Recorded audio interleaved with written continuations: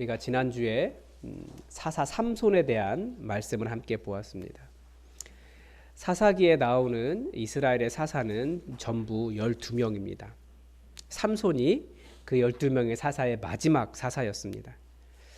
만약에 이 사사기를 기록한 목적이 단순히 사사들의 활동을 설명하는 것, 사사들의 활동을 기록하는 것이었다면 사사기는 삼손에서 끝나야 합니다. 그런데 아직도 5장이나 남아 있습니다. 지금까지 사사기를 살펴보면서 알 수 있듯이 완벽한 사사는 없었습니다.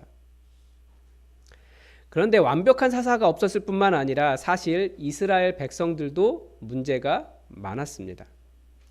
그러니까 이스라엘이 가진 근본적인 문제는 어떤 사사가 세워져 있느냐의 문제가 아니라 다른 곳에 있었다라는 거죠. 이 문제는 사사기를 시작할 때부터 지적했던 겁니다. 이제 마지막 사사 삼손으로 사사기를 마치려고 하지만 이스라엘의 근본적인 문제는 여전히 끝나지 않았다라는 것을 보여주죠. 사사기를 기록하신 분은 12사사를 기록하고 있지만 사사기의 앞 뒤에 이 문제를 다루고 싶었던 겁니다. 반드시 다뤄야만 했던 거죠. 그러니까 누가 세워지느냐, 지도자가 누구냐, 이 문제가 절대 아니에요. 그 백성들은 똑같았다는 거예요. 더 문제였다라는 거죠. 그들의 문제가 무엇입니까? 사사기가 계속 가르쳐주는 것은 그들의 우상 숭배입니다. 그런데 자기들은 나는 우상을 섬긴 적이 없다라고 말을 해요. 근데 어떻게 우상이 만들어지고 있습니까? 오늘 이 우상 숭배 문제, 어떻게 우상이 만들어지는가? 사사가 문제가 아니다 라고 하는 것을 한 집안에 있었던 이야기를 통해서 설명을 합니다. 그러니까 이 문제는 한 가정의 문제가 아니라 바로 그 나라 전체의 문제였고 여전히 우리 시대의 문제이기도 하다라는 겁니다. 에브라임 산지에 미가라고 하는 사람이 있었습니다. 우리말 성경에는 똑같이 일관적으로 미가라고 번역하고 있지만 히브리어 원문에는 이 미가가 2개로 나옵니다. 하나는 미카의 후라고 하는 거고 하나는 추각형으로 미카 이것만 있습니다. 미카, 미는 누구라는 뜻이고 카는 무엇 같이예요. 예후, 여호와와 같은 이가 누구인가 이런 뜻입니다. 누가 여호와와 같은가? 이스라엘 그 구약 성경에 나와 있는 그 이스라엘 사람들의 그 신앙의 모습이 순전히 여호와를 섬기는 모습이 아니기 때문에 여호와를 섬기는 그 모습을 야훼 종교다 이렇게 이야기합니다. 그리고 이방 혼합 종교가 굉장히 많이 들어와 있습니다. 그러니까 최소한 미가는 이 야훼 종교를 따르는 신앙심이 높은 사람이었다라는 것을 알 수 있죠. 그의 이름에 미카의 후, 여호와라는 이름을 넣어놨으니까요. 예후. 그런데 그의 어머니가 은 1100개를 도둑을 맞았습니다. 은 1100개면 그 금액이 얼마나 될까요? 어떻게 계산할 그 당시가 어떻게 계산할 만한 방법이 없기 때문에 그냥 생각해 볼 수 있는 건 오늘 본문에 등장하는 레위인이 한 사람 나오지 않습니까? 그 사람의 연봉이 1년에 은 2개였습니다. 그러니까 은 500개니까 거의 은 1100개니까 거의 그 레위인의 500년치 연봉에 해당하는 그런 엄청난 금액이었다라는 거죠. 이 집안 참 돈 많죠? 그런데 이렇게 큰 돈이 없어졌기 때문에 미가의 어머니가 대체 어떤 놈이 훔쳐갔어? 이제 욕이란 욕은 다 하고 저주란 저주는 다 한 거죠. 이 저주를 아들인 미가가 듣고 어머니 그 돈 제가 가져갔습니다 라고 고백을 했습니다. 그랬더니 이 어머니가 어떻게 반응합니까? 바로 내 아들이 여호와께 복받기를 원하노라. 갑자기 태세전환을 갑자기 해버린 거예요. 여기서 문제입니다. 여러분, 미가가 좋은 사람일까요? 그의 이름에 여호와라는 이름이 들어있으니까 이름 자체가 여호와를 높여드리는 이름이기 때문에 그 사람이 좋은 사람이었을까요? 어머니에게 자신의 잘못을 솔직하게 인정한 아주 정직하고 착한 아들이었습니까? 아니요. 제가 보기에는 그냥 아주 훌륭하신 도둑님이에요. 그렇다고 또 그렇게 나쁜 사람도 아닌 것 같습니다. 어머니가 저주하니까 죄송합니다라고, 죄송한다 모르겠는데 아무튼 어머니에게 자신이 그랬다라고 이야기하잖아요. 그러니까 이스라엘 안에 심지어 한 집안에서조차도 이 도둑질이 횡행했다라는 거예요.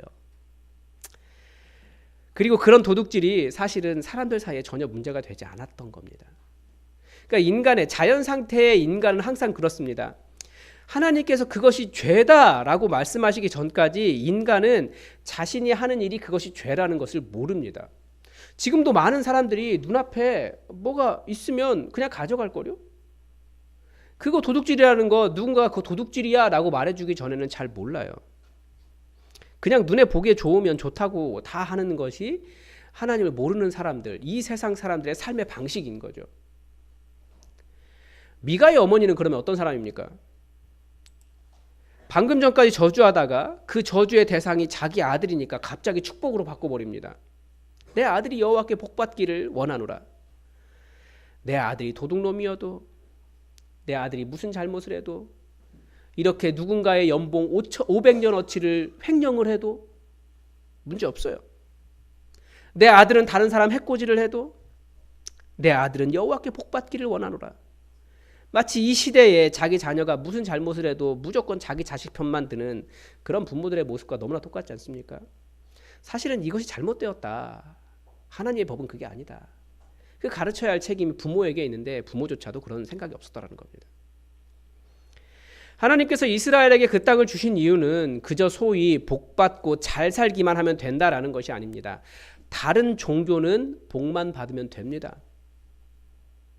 그런데 성경의 하나님은 아주 지극히 윤리적입니다. 오죽 했으면 일반 종교학자들은 모세를, 그 사람들은 하나님을 빼고 보니까 모세를 윤리종교의 창시자다라고까지 말할 정도입니다. 그만큼 거룩한 손, 정직한 마음, 다른 사람을 사랑하는 그런 나라, 이게 기독교의 모습이라는 거죠. 세상은 간음을 해도 문제가 되지 않습니다. 당시에도 그렇고 지금도 그런 것 같아요. 승리하면, 전쟁을 이기면 여성들 자기 마음대로 하는 것에 대해서 문제가 되지 않습니다. 세상은 도둑질해도 문제가 되지 않습니다. 거기에 윤리가 들어가는 이유는 무엇입니까? 하나님께서 그게 아니라고 말씀하셨기 때문이에요. 이스라엘이 바로 그런 나라가 되기를 바라셨기 때문입니다. 우리는 아무리 마음이 아프고 내 생각이 틀렸다는 것을 인정하기 싫어도 하나님께서 아니다 라고 말씀하시면 어떤 자세여야 됩니까? 죄송합니다. 그렇게 말해야 되는 거예요. 그게 그리스도인의 자세인 거죠. 회개할 줄 알아야 됩니다. 요즘 시대도 그렇습니다. 말씀이 목회자를 통해서 전달이 되다 보니까 불순물이 조금 많아요. 그래도 이제 목사가 성경을 열심히 연구해서 말씀을 전하면 목사가 너 하나냐? 이렇게 되는 거예요. 사사 12명 있는데 하나쯤 바꾸면 되죠 뭐. 성경이 계속 지적하는 문제는 그 문제가 아니라고요. 사사가 누구냐의 문제가 아니라는 거예요. 이 시대는 그냥 목사를 바꾸든 교회를 바꾸면 돼요. 그러면 괜찮아질 거라고 생각해요. 그 정도로 이 시대는 하나님을 섬긴다라고 말하기에는 조금 어떤 문제가 있는 겁니다. 왜 이런 문제가 발생하는지를 다음 내용에서 유추해 볼 수 있습니다. 미가가 은 1,100개를 어머니에게 돌려주니까 어머니가 이 돈을 내 아들을 위하여 사용하겠습니다 라고 말합니다. 그러면서 한 신상을 새기고 신상 하나는 부어 만들기 위해서 이 돈을 뭐라고 말합니까? 여호와께 거룩히 구별하여 드리겠다 이렇게 이야기합니다. 성별하겠다라는 거예요. 우상을 만드는데 여호와 하나님께 드렸다라고 그렇게 말하는 거죠. 4절에 보면 미가의 어머니가 한 신상을 새기고 한 신상을 부어 만들기는 했습니다. 그런데 얼마를 사용했습니까? 또 1,100개를 사용한다라고 말은 했는데 겨우 200개를 사용했습니다. 물론 200개도 적은 돈은 아닙니다. 그 레위인의 20년치 연봉이니까 적은 돈은 아니에요. 우상을 만드는 그 미가의 어머니의 행동은 여호와 하나님께서 완전하게 금하신 제2계명을 정면으로 어긴 것입니다. 제2계명이 무엇입니까? 너를 위하여 새긴 우상을 만들지 말고 또 위로 하늘에 있는 것이나 아래로 땅에 있는 것이나 땅 아래 물 속에 있는 것에 어떤 형상도 만들지 말며 그것들에게 절하지 말며 그것들을 섬기지 말라. 우상을 왜 만든다고 가르쳐 줍니까? 자신을 위해서 만드는 거예요. 너를 위하여 새긴 우상을 만들지 말고. 오늘 본문 3절에서도 내가 내 아들을 위하여, 즉 사람을 위해서, 자기를 위해서, 자기를 사랑하는 아들을 위해서, 무언가 잘 되게 하기 위해서 우상을 만들었습니다. 그게 바로 제2계명을 어기는 것입니다. 여호와께 드린다고 하면서 우상을 만들었어요. 어떻게 보면 가장 멋있게 은을 보관할 수 있는 방법이 우상이었던 겁니다. 즉 자신의 탐욕을 가장 아름답게 포장해서 보관할 수 있는 방법이 우상이에요. 더 기가 막힌 것은 이 신상을 미가의 집에 두었습니다. 아까 미카의 후, 이 히브리어에는 특별한 의미가 있습니다. 누가 야훼와 같겠느냐? 고대 종교는 다신교잖아요. 가나안 종교도 그렇고 그 독특하게 유일신이 딱 시작한 게, 그 다신교 세상 속에서 유일신이 딱 시작한 게 바로 모세가 이끌고 나온 이스라엘 사람들이었습니다. 고대 종교는 신들의 형상을 막 만들어요. 그래서 우상을 서열별로 배치를 합니다. 가나안 신이니까 가장 높은 곳에 엘 엘리온을 이렇게 딱 세워놓고 그 밑에 쫙 이렇게 그 자식이라고 한다든지 밑에 있는 신들, 맨 밑에는 그 소위 영적인 능력이 있지만 인간은 아닌 뭐 그런 별들 막 이런 거 막 이렇게 장식을 해놓는 거예요. 그러니까 서열별로 쭉 해놓고 맨 마지막에 가장 높은 신 딱 놓고 누가 이 신과 같겠느냐 이렇게 말하는 표현이거든요. 그 중에서 미카의 후, 누가 이 신과 같겠느냐라고 할 때 가장 높은 신은 여호와다. 누가 여호와와 같겠느냐? 그러니까 여호와 하나님을 가장 높여드리는 그 시대 나름대로의 하나님을 경외하는 방법이었던 겁니다. 그런데 그러면서 그 신상을 자기 집에 둔 거예요. 더구나 5절에 보니까 이제 신상만 만든 것이 아니라 에봇과 드라빔, 그러니까 그 제사장의 옷과 그 드라빔, 그 일종의 우상이기도 하고, 다른 데 보면 그것을 통해 점도 쳤다라고 하는 거 보니까 어떤 점을 치는 그런 도구였던 것 같습니다. 그런 드라빔을 만들고 자기 아들 중에 하나를 제사장으로 세웠습니다.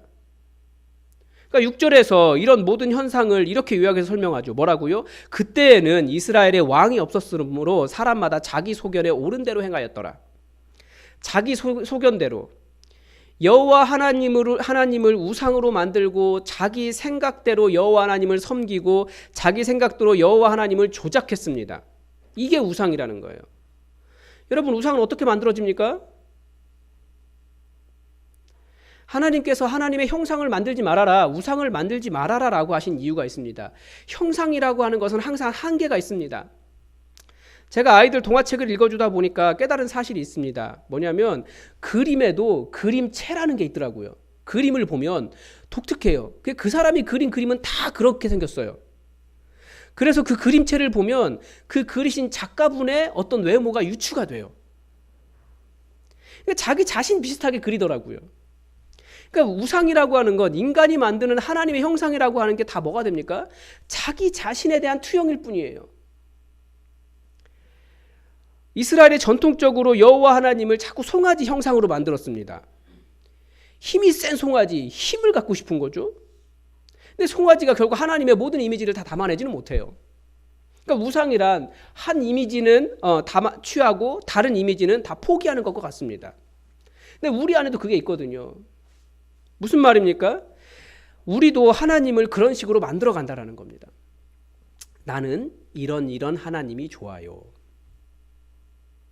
그러니까 우상 숭배의 또 다른 문제는 하나님을 영적으로 내 마음대로 새기고 빚고 변경하려고 하는 욕망입니다.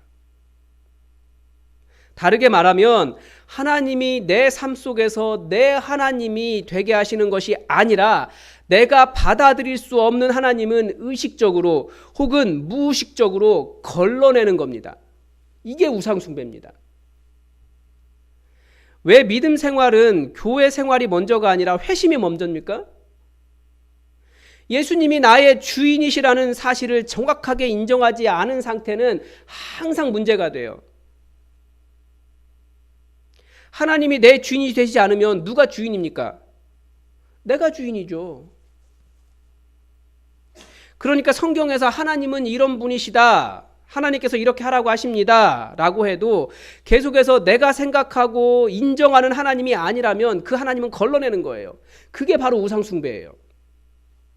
그런데 어떻게 온 우주를 창조하신 하나님이 나 같은 이 우주 전체 크기에서 보면 눈에 보이지도 않는 나 같은 존재 안에 하나님이 갇히실 수 있겠습니까? 내가 어떻게 이 하나님, 내가 생각하는 이 하나님이 오라 그렇게 주장하면서 하나님이 성경에서 말씀하신데도 아니 그거 틀렸어 하나님, 나 그 하나님 받아들일 수 없어 그렇게 말할 수 있겠습니까? 우리는 하나님을 계속 만들어가요. 나는 하나님을 그렇게 믿고 싶지 않아요. 나는 하나님을 그런 분으로 믿지 않아요. 하나님은 예배, 경배의 대상이지만 저는 내가 예배하고 싶을 때만 예배할 겁니다. 이것도 다 하나님을 만들어가는 겁니다. 우리는 형상을 만들지는 않지만 우상을 만들어가고 있어요. 또 어떻게 하나님을 만들어갑니까? 같은 말일 수도 있는데 하나님 성경의 말씀을 그러니까 내가 의식적으로 받아들이는 나의 이미지를 통해서 하나님을 걸러낸다면 이번에는 성경의 말씀을 의식적으로 혹은 지적으로 나 똑똑하다 이거죠. 걸러내는 거예요. 거부하는 겁니다. 하라는 것은 하기 싫고 하지 말라는 것을 거부하면서 우리 시대의 문화적 지적 관념으로 하나님의 말씀을 판단하는 겁니다. 대표적인 개념이 성적인 개념입니다. 요즘 연료도 너무나 열려있죠. TV에서도 너무나 잘 보여줘요. 자연 상태의 인간은 그럴 수 있어요. 하나님 모르면. 그들에게는 죄라는 개념이 없기 때문에 그렇습니다.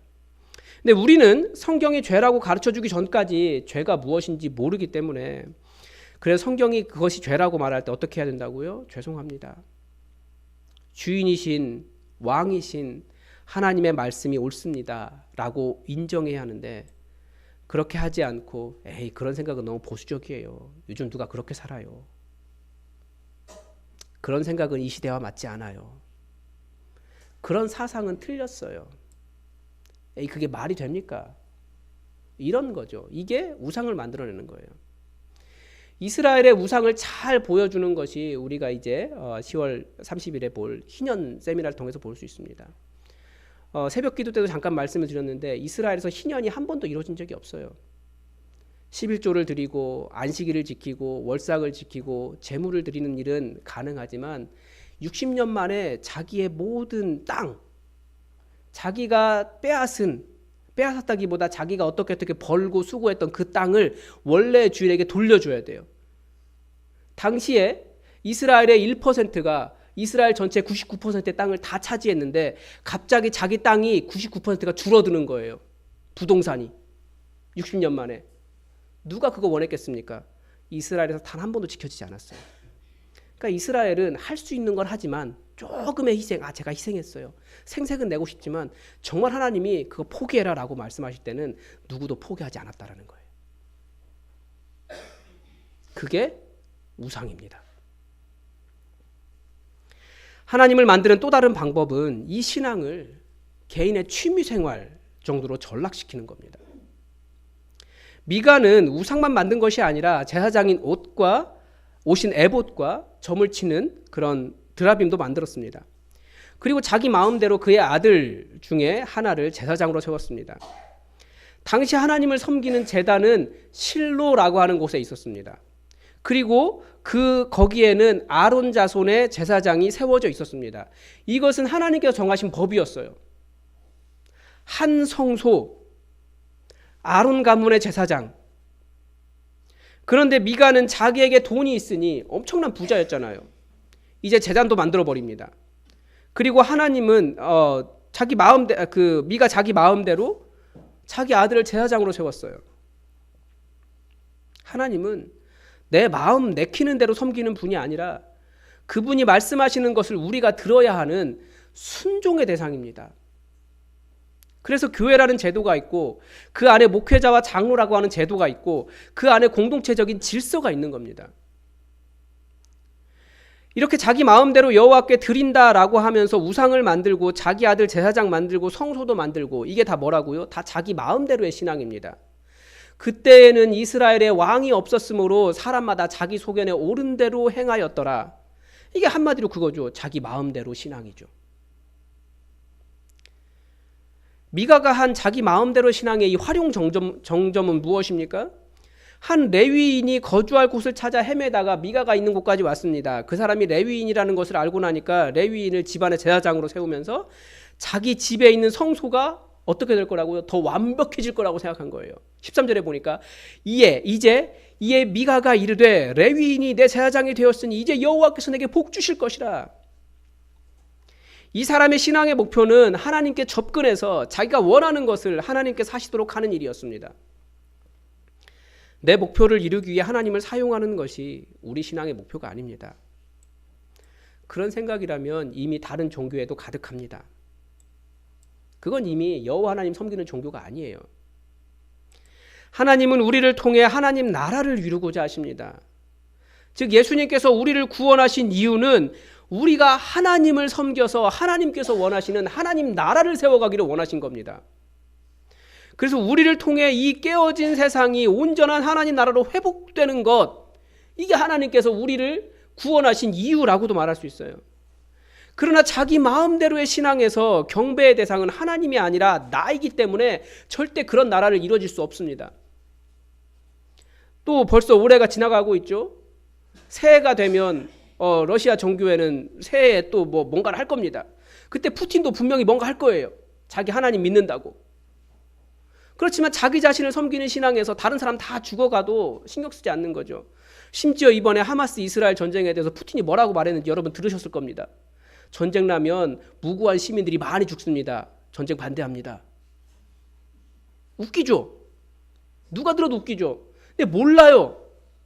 자기 자신 마음대로 신앙생활하는 사람들은. 인간은 항상 누군가를 예배하게 되어 있습니다. 자신이 매우 위대한 존재인 것처럼 생각하지만 무언가를 숭배합니다. 그 숭배의 대상이 자기 자신일 수도 있고 돈일 수도 있고 권력일 수도 있고 자기 자존심일 수도 있고 자기의 지적 능력일 수도 있고 자기의 편안함일 수도 있고 다른 사람을 마음대로 조종하는 걸 수도 있고 어떤 사람은 외모를, 어떤 사람은 자신의 자동차를, 어떤 사람은 자기가 사는 집을, 어떤 사람은 자기 학력을, 어떤 사람은 아이들은 아이폰 15가 나왔더라고요. 어떤 사람은 국가를, 어떤 사람은 직장을, 어떤 사람은 신념을. 그런 것들이 얼마든지 숭배의 대상이, 즉 우상이 될 수 있다라는 거예요. 여호와 하나님을 섬기지 않으면, 그분이 나의 주인 되지 않으면 우리는 다양한 방식으로 우상을 만듭니다. 그 숭배의 대상에 무엇을 위하여가 붙으면 이제 우상을 더 잘 섬기기 위해 여호와 하나님을 이용하기 시작합니다. 우상 예쁘게 만들려고 여호와 하나님께 드렸다 이렇게 말하잖아요.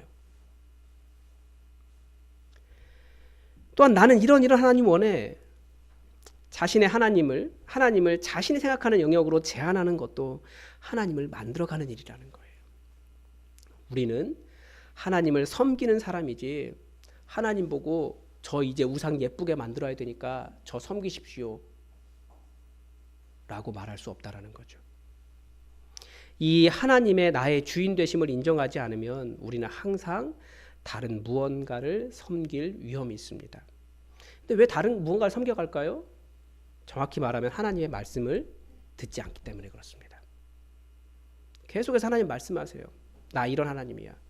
그런데 그 하나님 말씀을 듣는 것이 아니라 세상의 많은 이야기, 이런 것을 들어가기 때문에 우리는 자꾸 다른 것, 하나님이 아니라 다른 것을 섬기게 되어 있습니다. 이스라엘이 자기 마음대로의 신앙은 사사가 12명이 바뀌어도 바뀌지 않았습니다. 지금 우리도 마찬가지일 거예요. 하나님께서 말씀하시는 것을 들으십시오. 그리고 하나님께서 말씀하시면 순종하십시오. 내가 하나님이 아니고 여호와 하나님 그분이 바로 나의 하나님이시라는 것을 제대로 인정하고 하나님 만들어가는 것이 아니라 하나님 계신 하나님, 살아계신 하나님 그분을 섬기시기 바랍니다. 기도하겠습니다. 하나님 아버지, 이스라엘의 사사가 12명이나 바뀌었고 시간이 400년이나 지났어도 이스라엘의 문제는 전혀 변하지 않았다라는 것을 우리는 말씀 속에서 보게 됩니다. 하나님, 내가 만들어가는 그런 하나님이 아니라 성경에서 말씀하신 하나님을 제대로 알고 제대로 섬길 수 있도록 우리의 마음을 주장하여 주시고 우리 안에 혹시나 나도 모르게 이 시대를 살아가면서 만들어지고 있는 우상이 있다면 그 우상들을 경계하고 제거하고 정말 하나님만을 제대로 섬기고 사는 믿음의 백성들 되게 하여 주셔서 우리를 통해서 하나님 나라가 풍성하게 열매 맺게 하여 주시옵소서. 우리를 하나님 나라 위에 불러주심을 인하여 감사드리며 예수님의 이름으로 기도드립니다. 아멘. 우리 다 함께 찬송가 310장으로 우리 말씀을 주신 하나님 앞에